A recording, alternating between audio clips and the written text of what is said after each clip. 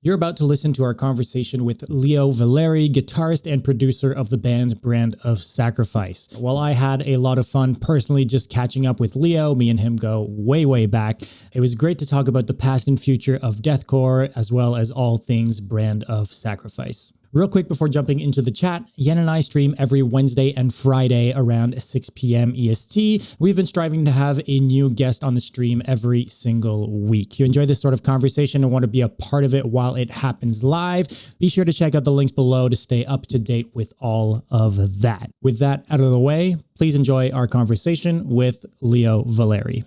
Leo of Brand of Sacrifice, what's going on, man? What's going on? Doing? I'm great, man. Happy to be here. Smoking some meats in my backyard, and that's why I'm late. Sorry, chat. An honest man. An honest man. Yeah. Yeah. It's good too. I don't know if you guys are into barbecue, but I'm like, I love barbecue. I don't smoke my own meat, but I mean, I'm a big fan of barbecue myself. Yeah, this is my first rodeo. So like, I got the smoker, I got the coals, got the hickory. You know, I'm experimenting a little bit. You know. It's the first time you're using the smoker? Yeah, ever. That's awesome, man. Yeah. It's going to be sweet. Yeah. I mean, it's a complete different experience. I mean, you compare like meat, like barbecue, it's just completely different. Even it doesn't even taste close to what you would do normally. It's extremely good. You know, I don't know if you guys have had like Dallas barbecue, like down in Texas, or you have? Okay, good. Yeah, so like. Yeah, you can't get that Dallas, but even like New Orleans barbecue, my dude. Oh man, fucking good. It's making me hungry, actually. Yeah, so like you understand why I'm on this journey right now. Like I need that in my life, you know. Completely. Yeah, but happy to be here, guys. Thanks for inviting me on. I really appreciate it. Yeah, of course, man. For anyone in chat who doesn't know who Leo is, he plays in a band called Brand of Sacrifice, which I would argue right now, me and Jan were talking about it, like you guys have always been on the up and up, but you guys right now specifically are getting to a point where it's fucking huge. Like of like the I guess like of the deathcore bands, if you want to call it that right now. I know there's a lot of metalcore influence as well, but like in that general scene, like you guys are basically like top dogs with a bunch of other bands that are kind of like in that upper bubble, I feel. And it's just over the years, I've been finding it fascinating. You guys posted the other day, just like the Spotify rap stuff, and like from last year to this year, you guys like doubled in streams and people listening and stuff like that. And I feel like it's been that way every single year over year. Like it just keeps on going. Kind of like makes you wonder where the fuck is it going to stop? Like, it's crazy, man. It is crazy. And I'm very grateful for the growth that we've seen. Like our fan base is just wild. So hopefully we keep the momentum going. I mean, it's been a really great year. Every single year, there's just so much momentum and so much support. And like the genre as a whole keeps on growing. So it's like, it's excellent. I mean, it's really, really great. And like, I feel like deathcore as a genre is reaching heights that it's never seen before. And we're just really glad to be a part of it, really. You know, it's exploding. It's crazy. Because if you look at like, let's say the current tour that Brand is on right now, direct support to August Burns Red is not typically the type of thing that a deathcore band would have been slated for, right? So I think it is kind of like a sign that it's kind of like undeniable at this point that, you know, you've got these bands, when you start seeing them branch outside of the general deathcore scene. I know obviously again you guys have some metalcore influences as well, but I think it's safe to say you guys are more of a deathcore band than a metalcore band still. To see you guys being on tour with a band like August Burns Red and being slotted so high up on the bill is a cool time. I think it's really cool for the scene, I think. Yep. Yeah. I just wanted to add, like in our chat, people are talking about Berserk. We're going to have to talk about that for sure. My top 2 favorite anime. So I think the image behind Brand of Sacrifice is probably something, since it's like super iconic, it's like super easy to share and people are talking about it and stuff like that. So I'm pretty sure of course the music, but I mean, I think the image behind the band also is pretty strong. So it helps, I'm guessing, to, you know, grow and expand and stuff like that. At least from my perspective. Yeah. I mean, that was kind of a strategic decision, I would say. Like early on, we were all about bright colors and really just vivid imagery. And like full transparency, I'm not the anime guy in the band. That's totally it's okay. Kyle. Yeah. So if we want to talk about Berserk, you should probably talk about that with him because he could go deep. I know almost nothing about it. So I guess I'm a poser in that sense. But I mean, back when the band started in, I think it was 2018 at this point, 2019 is like really where we kind of started becoming a real band. But back in 2018, it was like, you know, everybody's wearing black shirts, dark colors, you know, it was kind of a little bit boring. So we wanted to try something a little bit different. We still kind of remain that band when it comes to like super bright merch and super bright imagery. When it comes to like album covers, like Lifeblood is super bright. And I like our most recent EP was probably the least vivid in terms of like artwork. A lot of a darker, dark and light, but generally more of a darker look, right? Yeah. And that was the first time we had done that as a band. So, you know, and we draw tons of inspiration from, you know, artwork you find in anime and manga, right? Like, cause they're all about that. So yeah, I mean, it's definitely a reflection of our influences for sure. And like, I'm still trying to get into anime. Like I love Attack on Titan. I think that's a great freaking show. Like I'm on season 4 now. So I have, but I'm still like at the entry level stages of my journey there. Yeah. I mean, you kind of touched on in the beginnings of Brand of Sacrifice. Like I know you guys have talked about this before, but maybe for people in chat who aren't familiar, you guys kind of started off as like a bit of a, not a meme band, but you know, it was a just for fun kind of side project thing that kind of blew up way more than any of you guys expected, right? Yeah, it wasn't supposed to be like a real touring band. I think at the time we were in Tokyo with the Afterimage playing a few shows there. And the last shows you guys were doing with the band, right? Those were the last shows with the Afterimage, yeah. And at that time, when we put the EP out, like we were still fully committed to continuing with Afterimage, and you know things weren't going so well, but that was our main project. That's really all we knew. And then Eclipse got memed. I think it was that church meme with the priest dancing around or whatever. And then that totally blew up, and we're like, okay, so this is getting some traction. Like, is this going to be bigger than what we've been doing for the past like 8 years? And it is, you know. So because to be fair, like I mean, and no shade on the Afterimage, I fucking absolutely adored the Afterimage and thought that band should have been way bigger than it ended up being, but it kind of stayed at a level that it remained kind of underground, kind of no matter what. I can see something like Brand of Sacrifice when Eclipse came out, and then like you say, like the memes and stuff. But you guys kind of leaned into that as well. I think you guys were doing that at the end of the Afterimage as well, but then carried that into Brand of Sacrifice. You guys were doing some of the the deathcore vocalist calls a pizza place type memes and stuff like that, which I think in the early days especially got a lot of traction and eyeballs on. Yeah.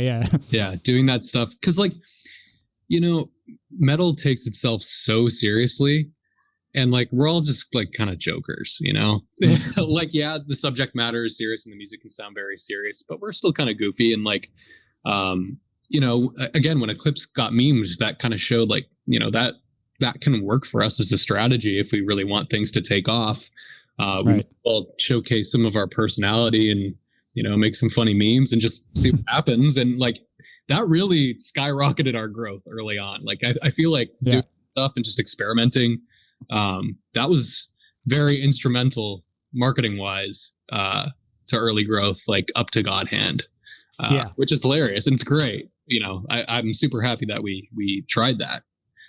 It's funny to kind of see the different phases, right? Because you obviously like that took you guys by surprise. I'm assuming everything you kind of done was kind of throwing shit at the wall at a certain point and seeing what sticks, and some things work better than other things, and it is what it is. But then I mean, because for God Hand you guys signed with Unique Leader, right? Yep. And that was like a one album thing. You guys just did that with them, that one, right? That's right. Yep. And then you guys went back to kind of just doing most of the stuff yourself. I think you guys were still very hands on, obviously, with the band, even when Unique was in the portrait. But I think you guys have always had a good sense of thinking outside the box. To your point of like, trying to do something different than the five dudes wearing black shirts and taking themselves seriously and trying to do something really different. You can tell that with like kind of everything you guys do, that there's like a very conscious decision, I feel, behind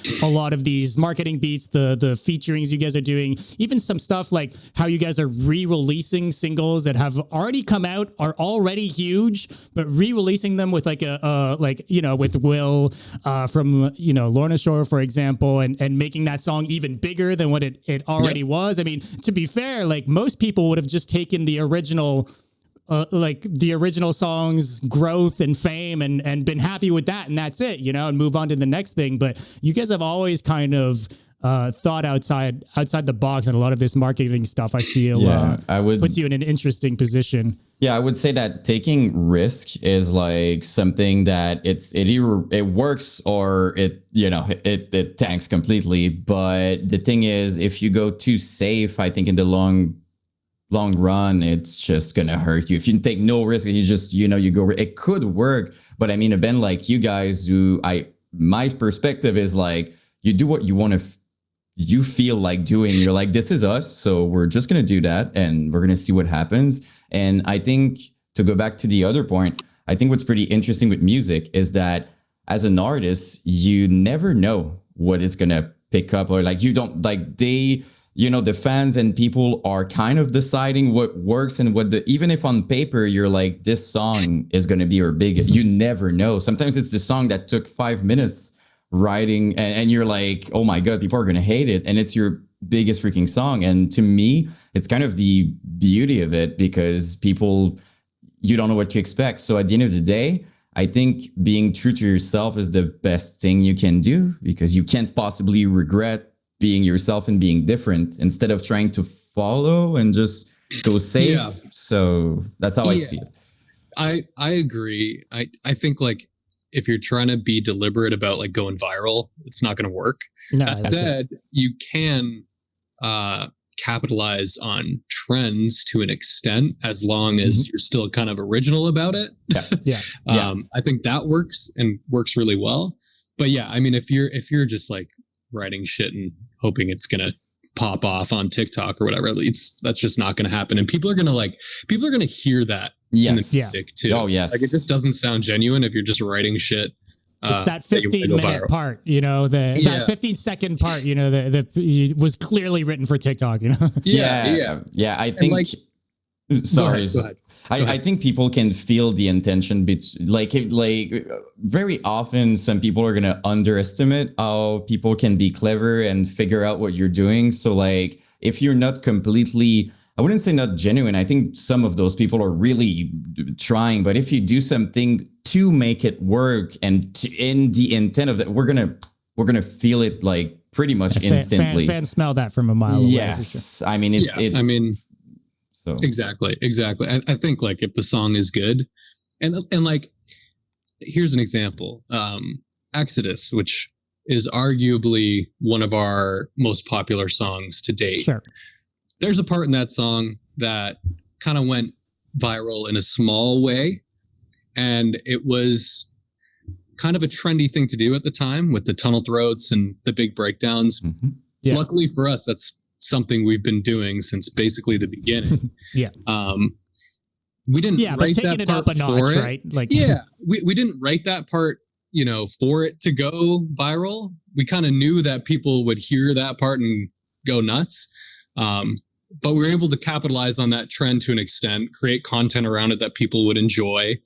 and campaign around it in a way that was genuinely Brand of Sacrifice. And that's why it worked. It wasn't something we deliberately wrote and just put out there and crossed our fingers and hoped it would go viral. Like, we planned it because that part was so good, and because the song itself is awesome too. Like, the chorus is so catchy, it flows super fast, it pops off live. Like, there are so many different elements to that song that make that one part great, stand out. Yeah.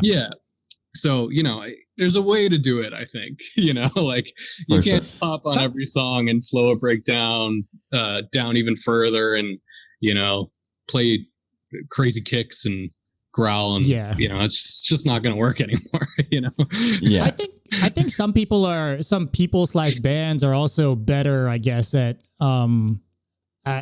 capitalizing on, to your point, like on trends and stuff like that, and executing those things in a way that still feels like them, like you're saying. Like, I feel that's not for everyone, right? Like, obviously there's some bands, it's kind of like the I don't know, it's the awkward uncle at the party that thinks he's funny, but he's not, right? Like, I think there's a lot of that, right? Like, people trying to be funny maybe, or trying to do a thing that's going to pop off, but it's not really, it doesn't really work. Like, it's kind of not self-aware enough in that sense. So there is something to be said about people can be cool and people can be not cool, right? There's also a part that goes into it, like, without saying, hey, like, you're super fucking cool, but like, it is a reality, right? Like that some people would try the same thing with the same intention and would come off in a different way just because they just don't understand it. Like, it's not them. I think, like, personally, I think it also kills the magic of what you're doing if you're all like, if it's the intention is like, guys, we're going to do this and then this, like you're saying, it's cool to be smart, to capitalize on certain moments and it's fine. But I mean, like, when Lorna did To the Hellfire, I would bet you anything that no one in this room was like, oh, this is going to be like, that's our moment. They just did it and it sounded cool. And everybody was like, that's super sick. And just let's do it. And that's the beauty of it, like, and I feel like everything that's successful is always like that. It's because this little magic, this little thing that's happening, you feel that it's something cool, but you don't know. And it's not intended to be like, that's the best thing we're gonna do. So I think that's the beauty of it. But if all your band is always like, okay, we need to do something, I mean, like, it's just, I don't know, it just doesn't make sense. There's definitely like a few different components to that. I feel like with Lorna, it's like, obviously they're extremely talented, every single one. They wrote a sick ass song with a sick ass part. They weren't prescriptive about that part, but it just turned out to be a total bang. Yeah, and they've been doing it for such a long time. They had a change at the right time. So there is a little bit of luck there too, but they kind of created their own luck in a way, and then also capitalized on it after the fact with a sick album.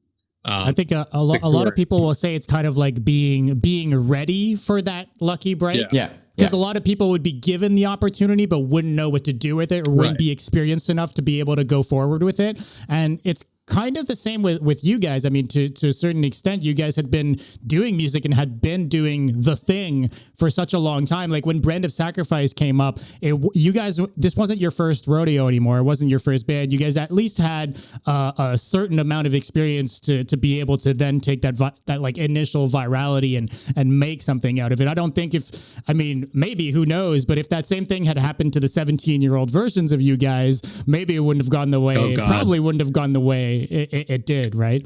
No, I mean, the only reason I think Brand of Sacrifice is at where it is now is almost because of the afterimage. Like, we made so many bad decisions in that band. We had no idea what we were doing. Like, we were so stupid. And I mean, not to our own fault. Like, we just were young, experienced. We didn't really know anything about the industry. And with Brand, it was like, okay, let's not do everything we did in the afterimage. Like, do the complete opposite of it and actually be smart and like, pay attention to the numbers, pay attention to the marketing. At the end of the day, like, we're in the entertainment business. Like, it's not just about the music, unfortunately. It's a whole package. So you have to pay attention to every single thing when you're an independent band. starting out, for sure. Like those things are super important. Your first impression is very important. Your bottom line is very important. Your merch is important. The way you present yourself is important. The music has to be really, really good. But there's so many other things that I feel early on, if you don't nail, it's not going to work out. So like, those are the types of things that we just totally ignored when we were younger because we just weren't thinking about those things. But when you take that artist mindset and you combine it with business acumen, I feel like that's where you really start seeing some success in the metal genre anyway. Yeah. We could even argue that you need both. I mean, like if you can be very good artist, but if you don't have any business perspective, you don't know how to brand yourself, it could work, but it's very... Well, you have to have someone do it for you at that point, right? Yeah. I mean... Right, and that's totally fine. Like that's as long as you have like a good manager who cares about the project, like that's great. Like we have a manager now. Yeah. And it's been amazing.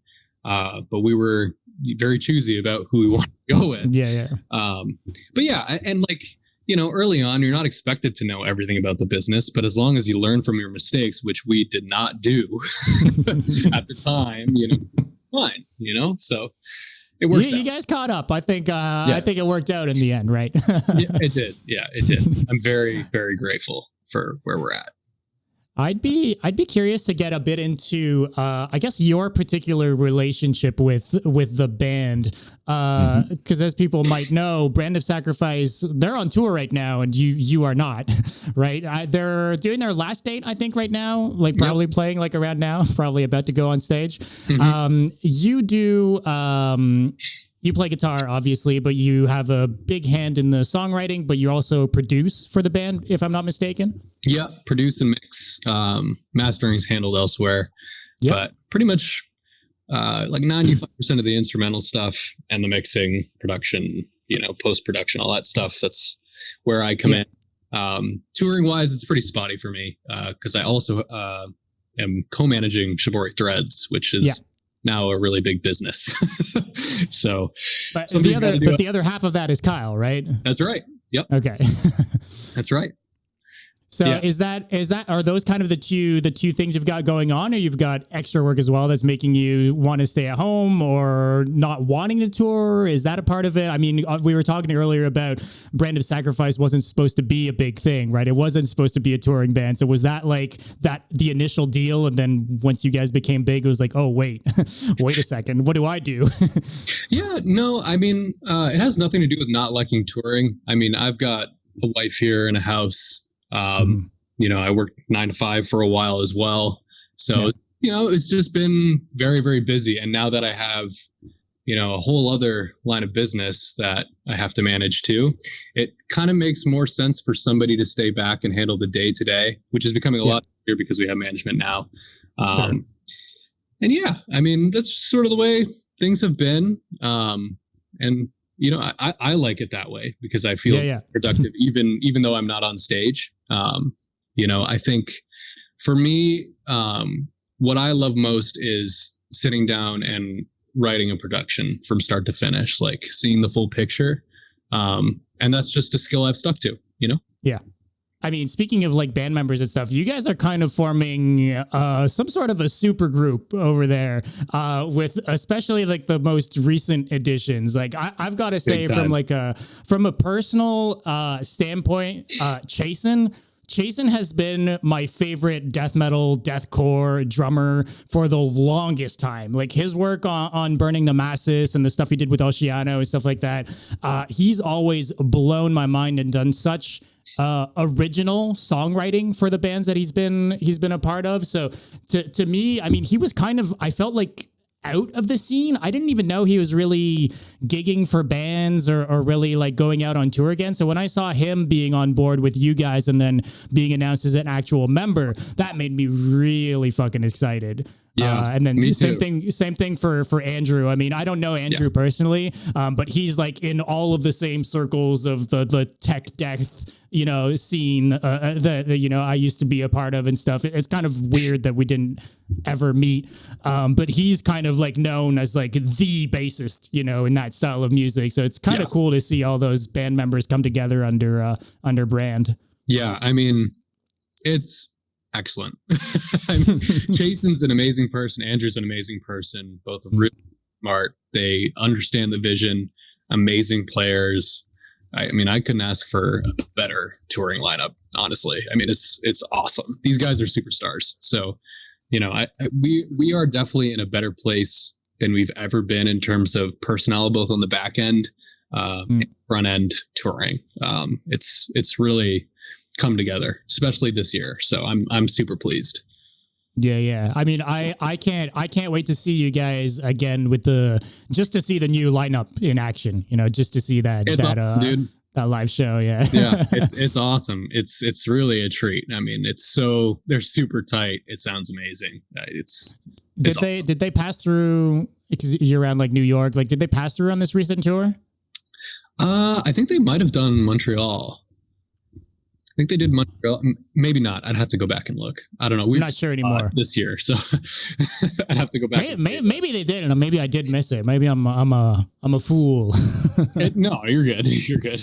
There's been a lot of touring this year and last year. Everybody's trying to make up for the lost time in 2021. Yeah, dude. Yeah. You should have seen when the first tour, because not everybody goes to Montreal, right? Like not every tour. Like they're gonna. I noticed like Toronto for sure. Like pretty much always they're gonna go, but Montreal it's not always on the list. And right after the pandemic, they really like the tour with like Lorna and like Aborted and like such like Angel Maker, like such a packed up lineup. Mm-hmm. It took, I swear to God, like I went to buy a ticket, instantly sold out. I was right? like 6 minutes before the thing, I bought my ticket. 10 minutes later, it was, I think my ticket was like, I don't know, like $60. Right after it was 300 each, and it just went like that, and it was like oversold out. It was crazy. It was packed. It was cool to see that though after so long, and it's like it's been extremely wholesome to see because as I say a lot, we all remember back in like 2012, like 13, when deathcore was kind of, you know, going like this. It was more of a gent type of era. So to see deathcore like just coming back like this with like a brand new wave of like super talented and also very versatile vocalists, like a new, like completely like they can basically do anything nowadays, which is great, which is crazy, including your band of younglings. Yeah, including your, you know, Brand of Sacrifice, I think is a very good example. Like I think in pretty much any types, you couldn't nail basically anything in terms of vocals and that. Especially Kyle, you know, with what he used to do in you know, in the aftermids and even with like Earth Shatter and stuff like that. Like, dude, I don't understand Kyle. It's another level. Never understand how versatile that dude is. Like, throw anything at it. Like whatever style you think he wouldn't be able to do, he kind of just like pulls it off. It's insane. He can do anything, man. He can even rap, dude. He's got bars. It's like, it's crazy. Incredible. And his also his vibe is pretty cool too. Like I've watched like podcasts and stuff like that, super like calm and like super, and it really feels like he doesn't see himself like that. Like he doesn't see himself like this amazing, like he's just like super relaxed with everybody. It's cool to see like someone like that. But vocally, it's like my feeling was like, is there anything he can't, you know, do vocally? So that's great. I feel like the level of vocals nowadays is just unbelievable. Like it's insane. Yeah, it's really. I remember being self-conscious about other vocalists and what they could do back in the day. And I can't even imagine myself being like new at vocals today. I mean, granted, there's like more resources and more like tutorials and people talking about it, and just generally more people like into that sort of thing than ever before. So it changes that, you know, that part of it changes as well. But like, I remember only really having to compete with people who could do lows like Phil Bozeman. That was like the top tier dude. Like that, but that was like the extent. Right now, Mitch it's like it's a whole other thing. Like, it was like, I remember like me and my friend, like everybody was a vocalist. It was like trying to reach Phil's lows and Mitch super high pitch was like the challenge of the, you know, what you were trying to do. And I think it's cool though to see that now there's like I wouldn't say an education, but like more information about it, and people are being more careful with their voice and stuff like that. Back in the days, from as far as I can remember, there wasn't anything I think like just that. Phil had like a tutorial. I remember everybody references that like 380p video of him tutorial. Into a webcam type thing. You kind of had to imagine his recordings, like. Yeah, crazy and time. It's cool also. Like Phil is one of those guys who's like, he was contributing a lot to you could tell he was passionate about everything he was doing. He wanted kids to pick up and do what he's doing and stuff like that. It's always been cool to see people like that who's happy to see that there's like more people now and stuff. So like, no, but it's great. Like if we can give something to this second wave, I would call it, of deathcore, is like super versatile and also very even in like if we're talking about instrumentals, like new experimental parts. Some bands are not even afraid to put clean vocals, which back in the days, if you would dare to do that, it was like, like if I don't even think we would see that back then. So like, burnt on the cross immediately. I mean, it's still kind of like that today, in certain pockets. Like if you go on Reddit, they hate clean. Oh my God, yeah, for sure. But you do one song, just I mean, the number one rule is don't go on Reddit, right? Yeah. I mean, I like Reddit. I'm always on there just reading shit, but it's so funny though. Like, there's a lot of OGs I think on there, like a lot of 2010, 2012ers who are all about the no clean singing, none of that. No hyper production, which is totally fine. Like to each their own. I just think it's an interesting little pocket of fandom. For sure. We've had this conversation many times, right? About the fact that it's like, it makes sense also if you can have a better production now and you can make it like, I mean, why not? Right. But I feel like there's such a big nostalgic feeling for those people that it kind of, it's taking over and they're like, I want what I had back then. But the thing is, there's certain things that wouldn't make sense today with what we can do today. So like, I think that's kind of the middle thing there that some people, especially on Reddit and I know it's because they're passionate, right? You can tell it's just because they're like, so it's fine. But if you just, if you're being more objective, it just makes sense to have better production and to take advantage of what you can have. So it's kind of hard to have bad production these days. That's what I was going to say. I think a lot of what that original, like if you think of an old school raw MySpace deathcore band sound is, it was bad production. Like it was people who didn't know what they were doing. That's what they weren't like purposefully aiming necessarily for that sound. It's just kind of how it came out because everyone was 17 years old with no accessible like recording materials and stuff. So nowadays, like you buy a few plugins and I mean, no shade to anyone doing production. Obviously there are many levels to this sort of thing, but it's hard now with very little knowledge to get like a terrible sound. Like it's a lot harder now than it used to be. Yeah. I mean, comparatively to back then, it's much harder. And it's so funny too. Like I can pinpoint when, like almost the exact time when somebody tried to make intentionally like sludgy and bad. Like you remember, well, you obviously remember No Time to Bleed with Machine. Yeah. Like that was the first time I've ever seen somebody like that. Okay. The production on that record is actually really, really good and super clean. And like, technically speaking, it's actually very, hyper produced, but just the way he kind of designed his sounds and like the guitar tones and all that, like he intentionally made it sludgy. And like Knock Loose, another example, like it sounds raw, it's not really raw. It's just kind of the way, like the vision of how it was mixed, like however Putney was thinking about dialing in certain things. Like, I mean, Putney's the king of that, right? With all of those bands that he does, like End and stuff like that. Like, there's like a whole breed of that style of band that's like super gritty, but it's Putney, so it's clean, but it's gritty as fuck. It's not raw. Like there's sampling and whatnot in there. So it's just funny when people like desire that, because it's like, well, dude, that's still. There's still a lot of intentional production that goes into those records, to capture that sound. It's interesting to see it's just interesting to think about these types of things. Yeah.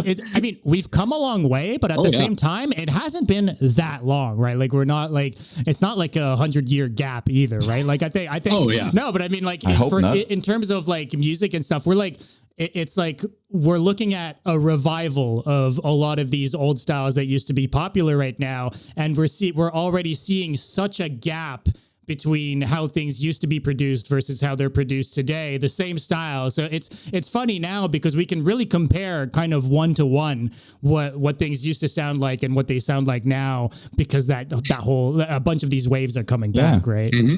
I think we see it in many things. We could talk about, for example, fashion, which is something they always do, right? They bring back something, but they add little stuff to it to make it more modern. And the thing I'm really happy about personally is I remember back in the days, back in MySpace, deathcore, I would talk to these super death metal people and they would tell me, yeah, what you're listening to, deathcore, one day it's just gonna go away. It's not for so to see it today just thriving, and like I think it's fair to say, I don't want to jinx the whole scene right now, but I think it's fair to say that it's here to stay now, like it's being recognized, finally. And I'm seeing more and more comment from people, usually listen to death metal, and now they respect way more, the deathcore. I'm not talking for everybody. If you go on Reddit, of course, it's going to be probably different, but it's amazing to see now that not only it's back here, but like it's thriving, literally. Like it's sold out. People are happy talking about it. Like it's amazing to see. Like I was scared when it went away. Honestly, I really thought, I was like, okay, is it really just gone? I didn't think it was coming back. No, like I was, and it was a bummer, like a super huge part of my life. And I was like, oh my God, it's gone.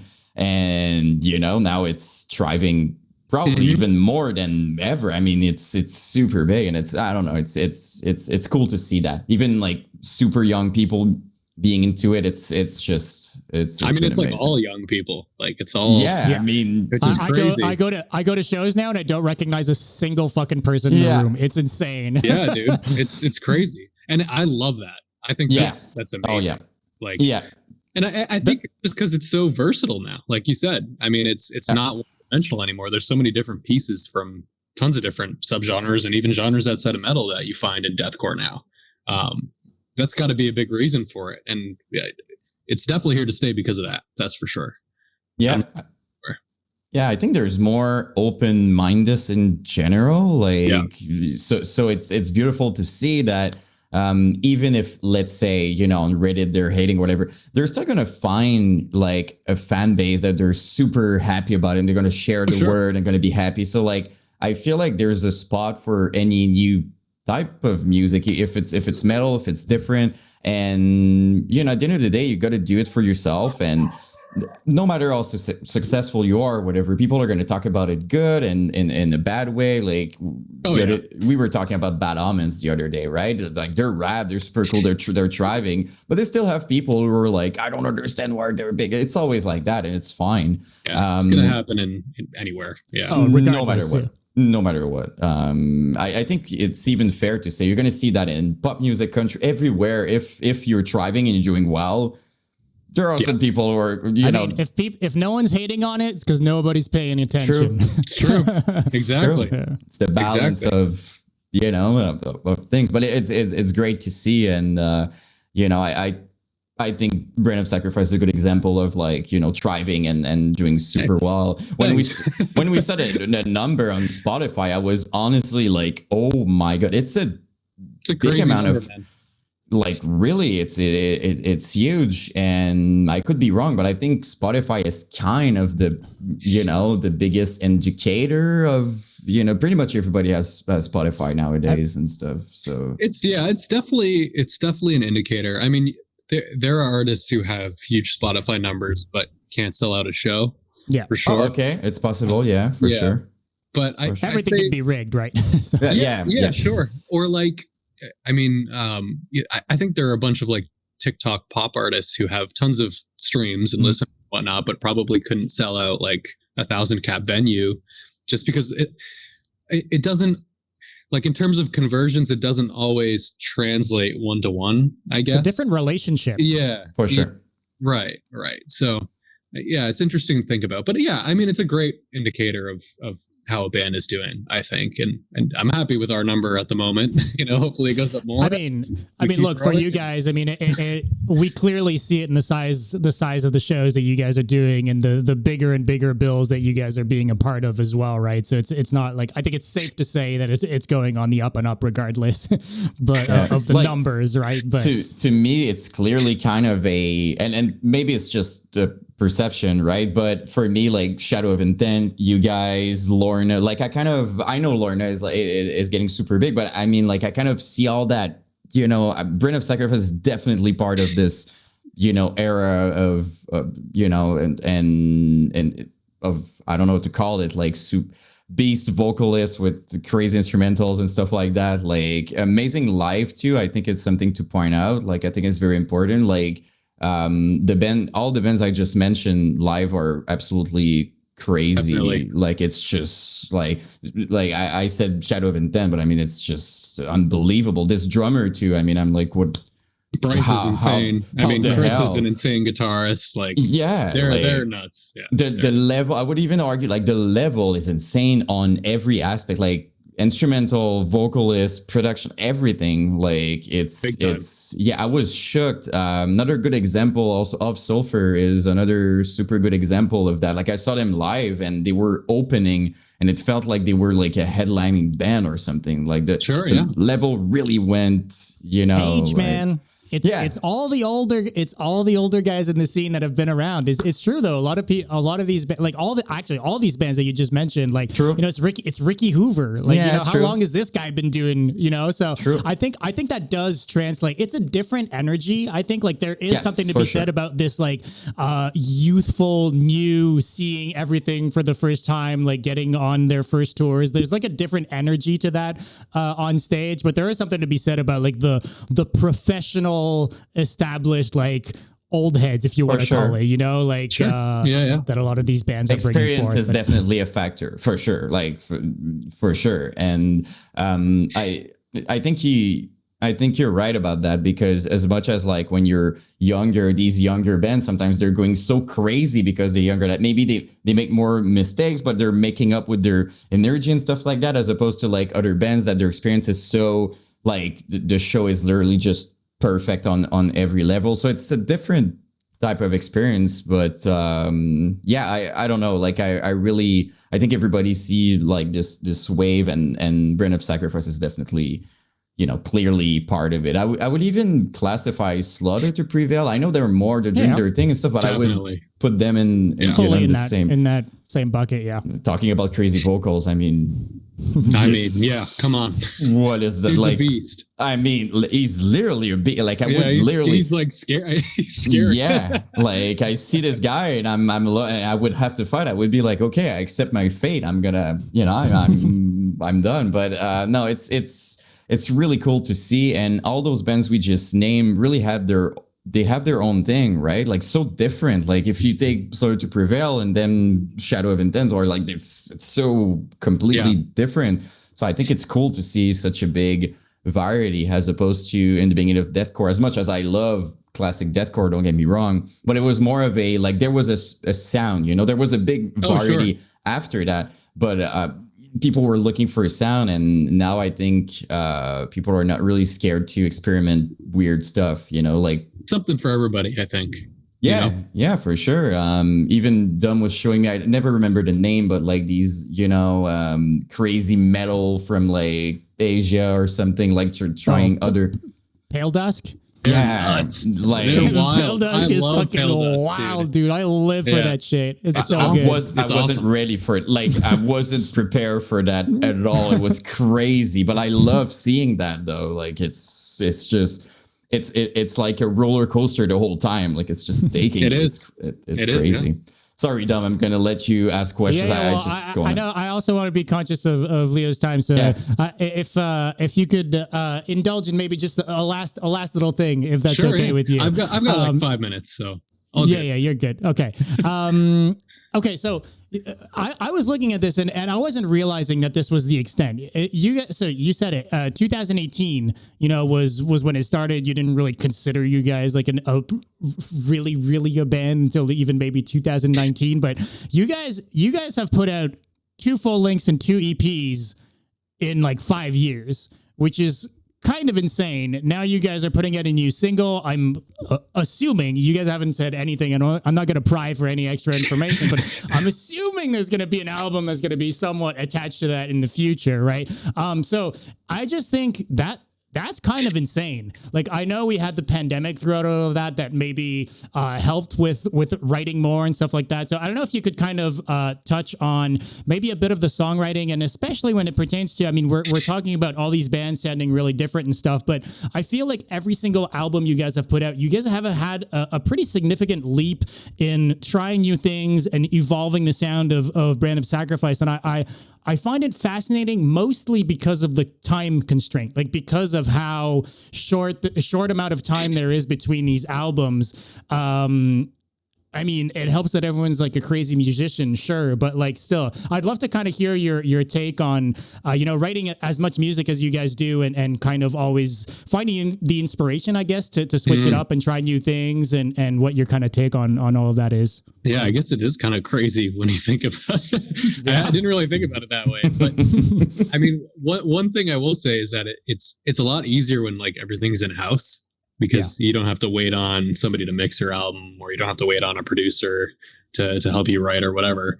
When everything's kind of consolidated, it goes a lot faster because you have a process and you just know how to do it. But like, I mean, in terms of like maturing the sound and trying new things, like we've always done that. I think Lifeblood was probably the tip of the spear. In terms of just like incorporating a bunch of new things. Like when you listen to God Hand, it almost sounds like a completely different band. It's a little more like traditional deathcore, traditional death metal, not a lot of like post-production. Lifeblood, we experimented with way more of that because we want to a lot more of those like electronic elements all over the place. Yeah. There's a lot more of that. And it's really stuck. And I think it's just because like, I don't know, just really beefed up the sound and like made it really experiential and like almost cinematic. So we kind of stuck with that kind of vibe. I think, into B-Dad, like there's a lot of the same there. We tried a few different things. Obviously we added in some singing. We tried some things that might be a little bit more accessible. We've also tried some things we've done in the past and kind of put a new spin on it. The last EP is a great example of all these things you're saying, right? Like the 4 songs really have completely distinct vibes from one another. Like, they're all Brand of Sacrifice, but you guys even kind of referred to them in your marketing as like the emotional one or like the heavy one and stuff like that, right? Which I thought was cool. Yeah. And that's just kind of how we thought about them when we wrote them. And we had actually written a couple more that we ended up cutting just because we didn't feel like they were a fit for that EP. So we stuck with the 4 tunes. But this new song, I think, if you like Brand of Sacrifice, you're really going to like it. It's definitely not more of the same. There's a different, almost darker vibe to it. Cause I think like when you listen to Lifeblood and you listen to B-Dad, like there's almost like a whimsical component to it. Like it's a lot of fun to listen to for sure. And it's very polished. But one of the things I think we're really good at is taking people for a ride, and that's what this song is definitely going to do. So hell yeah, man! Yeah. I'm so excited to hear it. It comes out next Wednesday, right? The 13th. Yeah, that's right. Yeah. Absolutely. Hell yeah, man! I'm so excited. I'm excited to see what you guys do next. We're gonna have to listen to it here, by the way, because on Wednesday we're we're gonna be live. So we'll be doing that. That's for sure. Sick. But I mean, thank you so much, man, for taking the time and having the chat with us. It really means a lot. It was cool to be able to catch up a bit. It's been so long. So thanks again, man. Yeah. In case the chat doesn't know, Dom and I have some history. We do. I mean, hey, I did wear the. No way, dude! Yes, sir. Take that thing off. That's great. We got to do this again so we can talk. Yeah, we do. Talk about all that stuff too. All right, I'm up for it. Part 2. You're a fucking legend, man. That's hilarious. I don't think anybody still had those. Yeah, well, I mean, I don't have all of it. It doesn't have any sleeves left on it, but you know, part of it's here. Oh man, that is super funny. That's crazy. Oh my god. Wow. Yeah, we got to talk about that next time. I'm so down. That's yeah. That's awesome. All right, Vid. Well, we'll let you go, but again, thank you so much for taking the time, and we'll talk soon. All right. Really appreciate it. Yeah. Thank you guys again. Really appreciate you having me on, and let's do this again when you guys have a spare. For sure. Sounds good, man. We'll talk to you soon. See ya. All right. Bye. Peace.